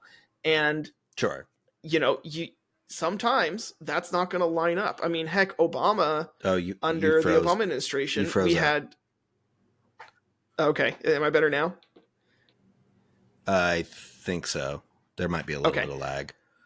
So under the Obama administration, right, we had the same issue with time versus information, and that resulted with Obama and his generals ordering drone strikes on children's hospitals that resulted in 100% civilian casualties. Or weddings in Yemen that had nothing to do with it. Right, exactly. Now, that being said, you know, and I'm not sitting here to defend that, just like I'm not going to defend Israel for ultimately resulting in the death of a civilian. However, I understand that when you're playing that game of time versus information, sometimes information wins, sometimes time wins. And when one side wins, you lose ultimately. If your information side wins, that means you've lost out on a lot of time, and you oftentimes have lost lives that you could have saved had you acted sooner. But at the same time, if you act too soon, you end up in a result, you know, loss of lives that information could have prevented. Yes. That's the issue that we have here. And I agree with you they there. Are acting too soon. And also, I think that there is a good case to be made, including the fact that only, you know, this has been one of the most brutal bombardments or offensive operations in certainly the 21st century. And yet we have, I think, less than half of the hostages released. Also, not a whole lot of like, I think, motivation from the Israeli government to like reach a circumstance where that would facilitate for more hostages being released, which I think would, I mean, just a ceasefire would, in any form, would go a long way, and they've pretty much just refused to agree to any ceasefire whatsoever. Also, what I will say about like, I understand the whole war is hell thing, but and that lives are risked either way. But Israel has a military, very effective military. They have a very effective, very advanced intelligence force. And while I don't condone the number of airstrikes and drone attacks that happened under the Obama administration, there is a reason, and this is coming from something I heard on Pod Save America, which is a podcast hosted by former the former aides to Obama in the White House. There's a reason why when they found Osama bin Laden at his compound in Abbottabad, that they didn't do a drone strike. And it, I mean, it was in Pakistan, sure. But what they said was that the reason why they didn't just do a drone strike was because there was a responsibility to not unnecessarily injure or kill his family members.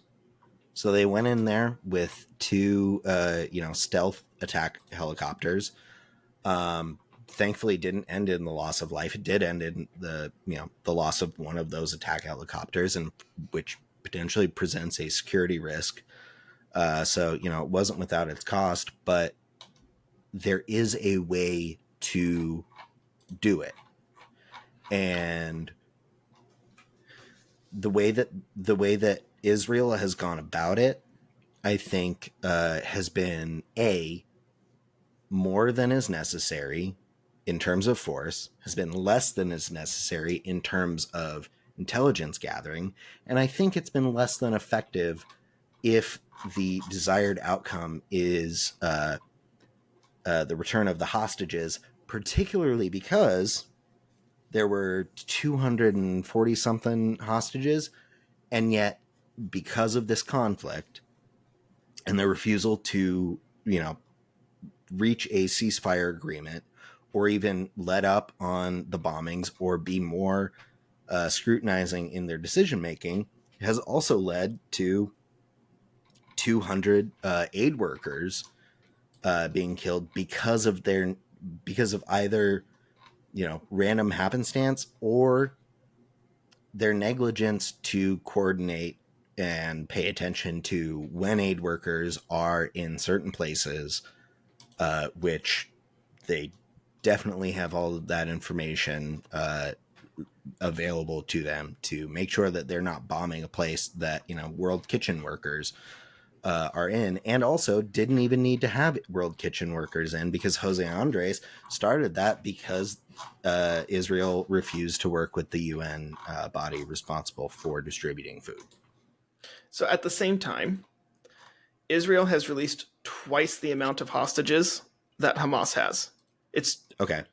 Israel has released 240. Hamas has released 105. So it's more than double. Right. And Israel has a history of releasing I think that's significantly about half of what more. Hamas has. Right. However, Israel has A lot more than Hamas has. Okay, but at the Israel is same holding a time, lot more of Hamas's people hostage than Hamas is holding Israel. I think the number of Israelis that Hamas is holding hostage is between 200 and 300, and that's what they're how, demanding be released, which however, they should be released. however, Israel has a history of significantly more hostages being traded, hostages, prisoners being exchanged in exchange for significantly fewer, to the point where in 2006, Israel traded 1,027 prisoners for one Israeli person. Okay. And it wasn't even a big important person. It was a gunner, a tank gunner. So here's the thing. Yes, Israel I'm not has sure more. where you're going with that, because that feels like What I'm trying to say is, I think there's more show of good faith coming from Israel when it comes to a lot of these proposals, a lot of these negotiations. And the reason I think for that is they've had because the we have. opportunity to sit down quite a few times and said no. No, here's the thing. Israel's the one who is trying to sit down the majority of these times. Israel has proposed all of the ceasefire proposals. Disingenuously. We Are you established sure that. about that? I'm I pretty mean, if we're going certain. to call one disingenuous, then we're going to call both of them disingenuous. Because here's the thing: One of them one is of two things. a state that we're supporting and actively corroborating, actively enabling. That's the word I was looking for. I don't know if we are, because I mean, yes, I we're need to sending get them my a lot power of. cord real quick. Okay, I'm sorry. I'll mark. I'll mark.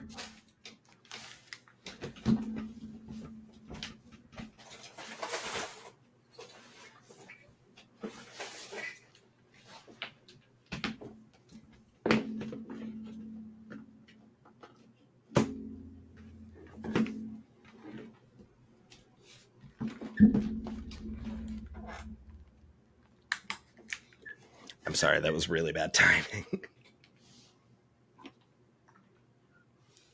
It's okay. All right, I marked it. Okay, so we're back.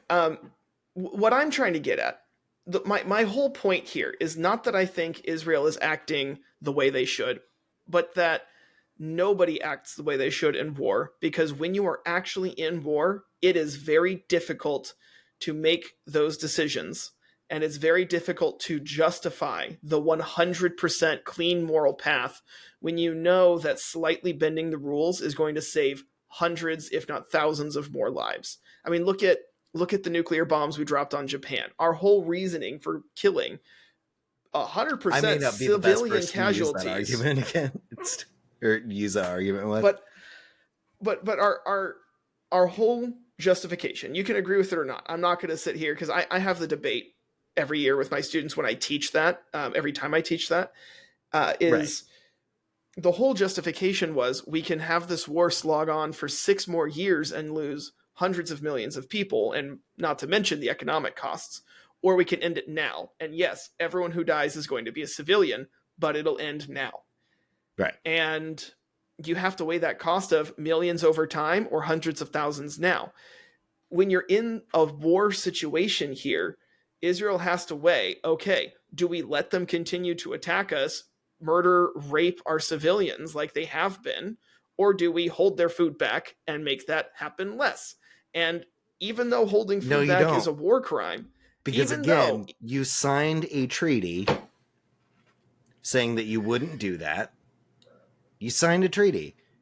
If you okay, so violate then that, it's not just you don't get to be a part of that governing body, and you don't get the benefits like the weapons and funding from other bodies within that governing body. Also, to your point about the atomic bombs in World War II, it actually didn't save lives because they were already going to surrender. We didn't necessarily know that, but right. Yeah, You know, that's because hindsight. hindsight is 2020. But it didn't actually save lives. It actually cost more lives than it should have. But then also, that's part of kind of why we had, like, afterwards, things like the UN or the, atomic weapons bans and treaties and these things that governments are signing. And so I think my whole argument is I would hope if we are supporting a country uh, and they have signed these documents, they've agreed to these rules in order to be a part of this larger uh, world organization that the intention of is to avoid unnecessary bloodshed and facilitate more cooperation, that we would hold them accountable, hold anyone accountable, that we would be accountable to the things that those treaties and agreements require, or if they don't do that and they show a blatant disregard for any respect for those stipulations, that they no longer get the benefit of being a part of that body or being or receiving any aid from us. So a couple of things, and I don't want to go too much into the wars. However, the World War II bombs. I just wanted to use it as an example, but I do want to make a clarification here. Japan only had some leaders who wanted to surrender. At the time, they were ruled by something called the Supreme War Council, and they needed all 6 members to sign off on the surrender. 3 of them wanted peace, 3 of them wanted to continue the war, and they only surrendered after the bombs were dropped when their emperor said, "I want peace." And then the leader of the council... I believe their emperor, like 6 days before the bombs dropped, had like proposed it to the council. He had proposed it, but he didn't have any like sway in it at the time. And he... Yeah, but I mean, if he made a public statement, which actually, I mean, this and is even then note. he hadn't made a public statement yet. That's the thing. He was going to the council saying, "I think it's time." That was so unintelligible to even like Japanese citizens, which is just a fascinating thing that right. Anyway, sorry. But no, so the point is, like, Japan was split still on the surrender. That being said, I still don't think it was right to drop the bombs. And that's a valid argument that I think we could, that I mean, like I said, I hold that debate with my students, and when the time comes at the end of the class and they say, "So what's the answer?" I say, "I don't know. There isn't one. You can make this argument both directions." And that's one of the sad but also beautiful things about that debate is you don't know what you don't know when you do these things. And here's the thing, like, yes, Israel has a due diligence that they need to do to make sure that they're researching and figuring all of this out, but they don't know what they don't know. And that they don't know what they don't know because they haven't fucking tried. Marking clip. No, I honestly, no, it's fine. I know. I'd prefer you keep it in there because it's meant to emphasize the emotion that I'm saying that with. No, I get you. I'm mostly saying that as a joke. Yeah. No, what I mean though is, like, we can sit around all day and say, yes, they signed a treaty and they should abide by that treaty. I'm not going to sit here and say that they should not, because if you say you're going to do something, are you able to sit here though and say that they have abided by that treaty? I'm not going to say that they have. If there's any question to that, then we should stop giving them money. We should put some checks on them until we are sure. So, and after we are sure, have at it. So I do think that they are not abiding by the treaty that they have signed as part of the United Nations. However, I'll be honest with you, I think the United Nations is a bit of a joke. For the last 50 years, it's been a lot of talk and no show. If they really want to be serious... I would 100% agree with that, yeah. yeah, if they want to be serious about enforcing things, then they need to take action against Israel and say, look, you're doing this. We're not going to let you be part of the United Nations until you stop doing these things and make amends. Why? I If mean, they're so. they recently did, but you and I But are the in action is total a slap agreement on the that wrist. you're right. You're right. And That's what so, I have a problem with. so my problem here when it comes to the UN is that it's so wishy-washy, and it's so afraid to.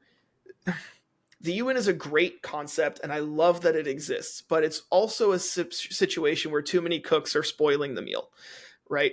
Yeah, Because no matter it's largely what anyone in the ineffective. UN says, they're going to step on someone's toes. They're going to step on something. They're going to destroy some aspiration.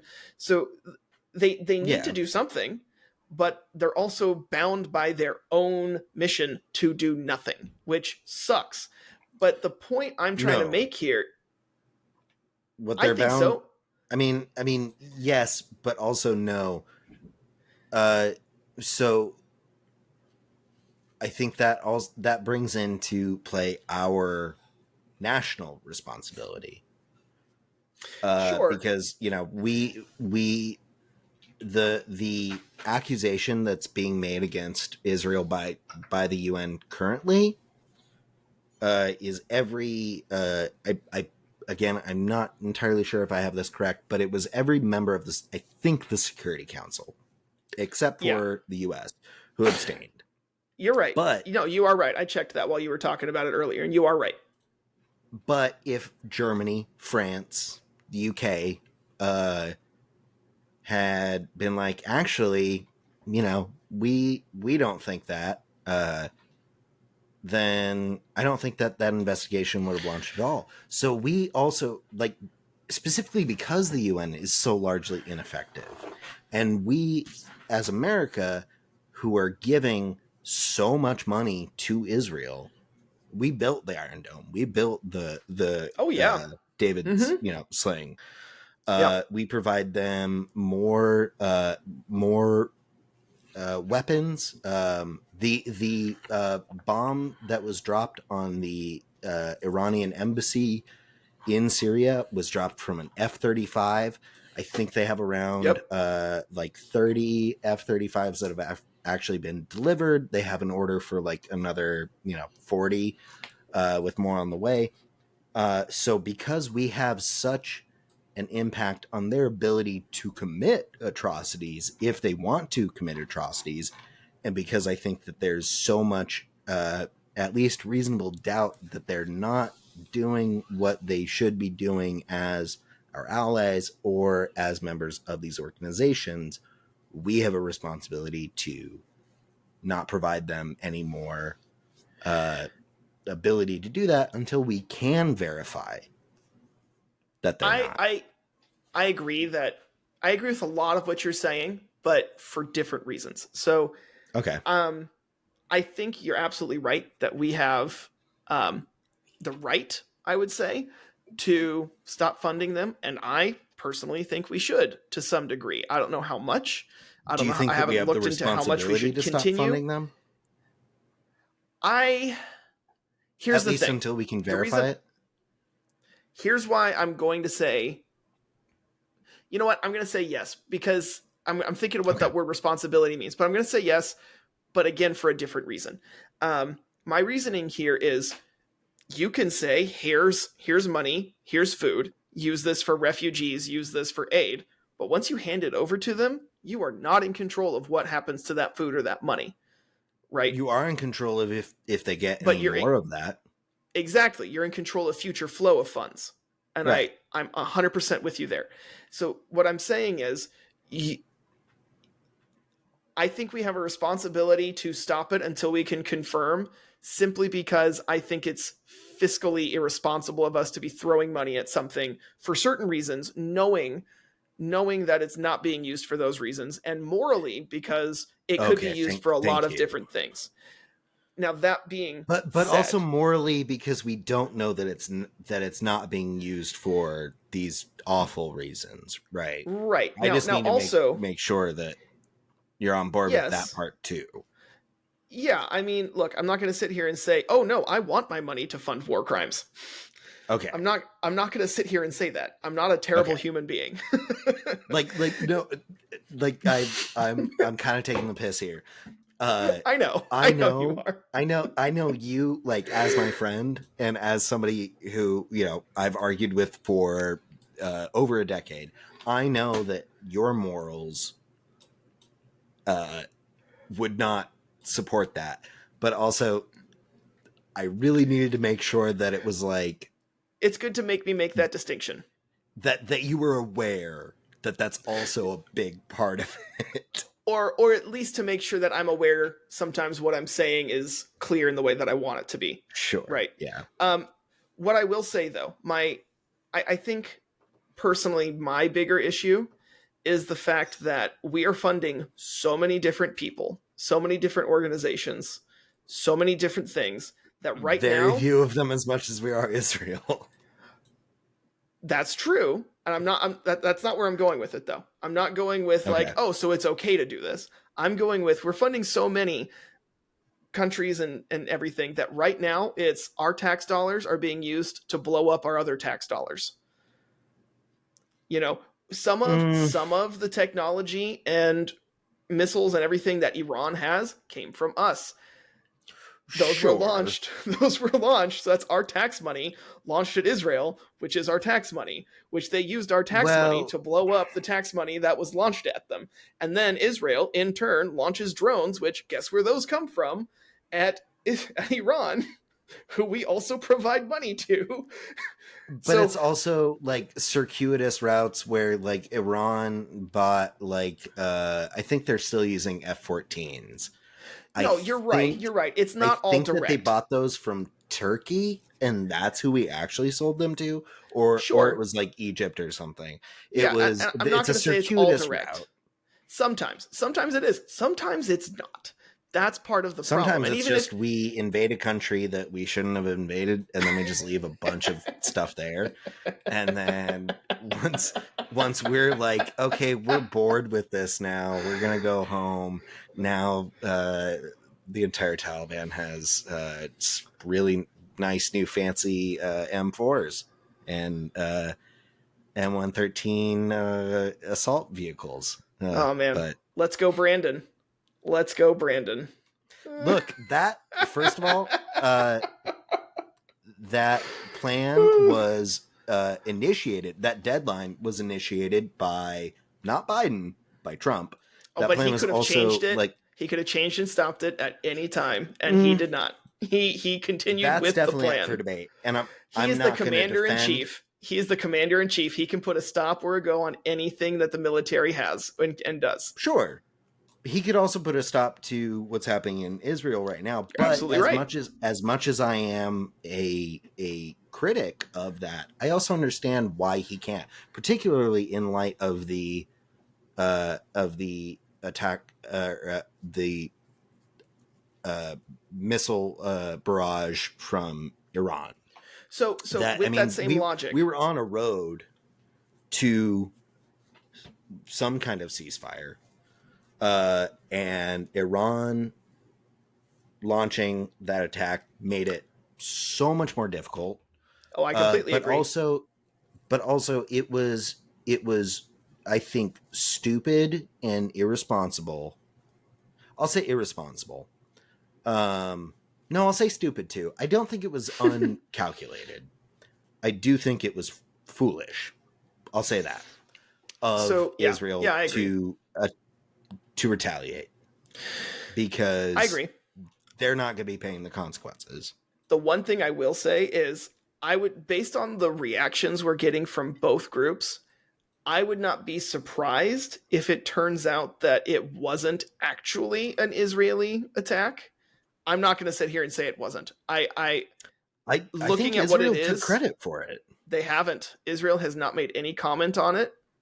That's what I was seeing. Netanyahu said that they would. Yeah, but saying that I will and then actually doing it. Now, I'm not saying that he's not going to follow through. He's someone who would definitely follow through on that.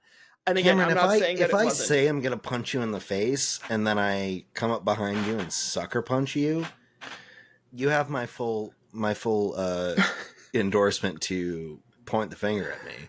So I want to go back to something you said though. Well, first of all, what I meant by that is, as someone who has worked in journalism, one of my biggest criticisms of modern day media is that we're so obsessed with being first that we're no longer obsessed with being right. And I've seen a lot of stories evolve over time. That, I mean, for example, look at when Trump said, there's fine people on both sides. But then you look at the full context, and after that, he specifically says in his talk, except for these specific groups of people, right? So, except for all the other times that he has refused to condemn white nationalists and neo-Nazis. I'm not going to get too much into that, other than just also, saying, I believe what he said after Charlottesville is they're fine people on both sides, but except for this specific person who committed violence. I thought he brought up entire groups. Either way, I think maybe he said he might have said neo-Nazis, but which is what he was being attacked. He was being asked to get. That's not the point. It was I don't want to people get who were dragged down specifically identifying as Nazis that he was saying except for them. There were still white nationalists and people who had neo-Nazi sympathizing viewpoints that he was saying there are good people on both sides. This is beside the point I'm trying to make. I mean, sorry. I just wanted to make sure that it was that we were talking about the same thing. We are talking about the same thing, but the point I'm trying to make is a lot of times not all of the details come out immediately, and stories evolve and sometimes change radically over time. So what I'm trying to say is the way it's playing out right now, where Iran is playing down the Israeli attack and Israel has made zero comment. Israel never makes comment on foreign attacks. That is one of their policies. So it would make sense for them to attack Iran and not say anything. However, the fact that we haven't trying to escape culpability and consequences, because that's also kind of if that was a current, if that was a new thing that they did, I would agree with you. But considering this is why does it matter how long-standing? Because a lot of countries do that. I mean, a lot of countries say we have a right to privacy. We're not going to talk. I'm not going to say it makes it right, but I'm going to say it's not uncommon. That being said, the point I was trying to make is I wouldn't be surprised if this evolves to something else over time. The other thing I wanted to bring up is, oh crap, you said something earlier that I was going to latch on to. I'm sure there were many things. No, there was one specific thing where I was going to say, like, I like this and I agree with it. I can't remember what it was, though. Oh, well, we're way over time, though. Do you have a context clue that... Yeah. I don't. Yeah. I think we've probably said all that we can say. I mean, it's... But... the one thing I want to make sure that I'm clear on is I'm not trying to say it's okay for Israel to do the things that they're doing, but if I were to put myself in their shoes, I understand why they do it. And I'm not going to say that makes it right. Absolutely. I'm not going to sit here.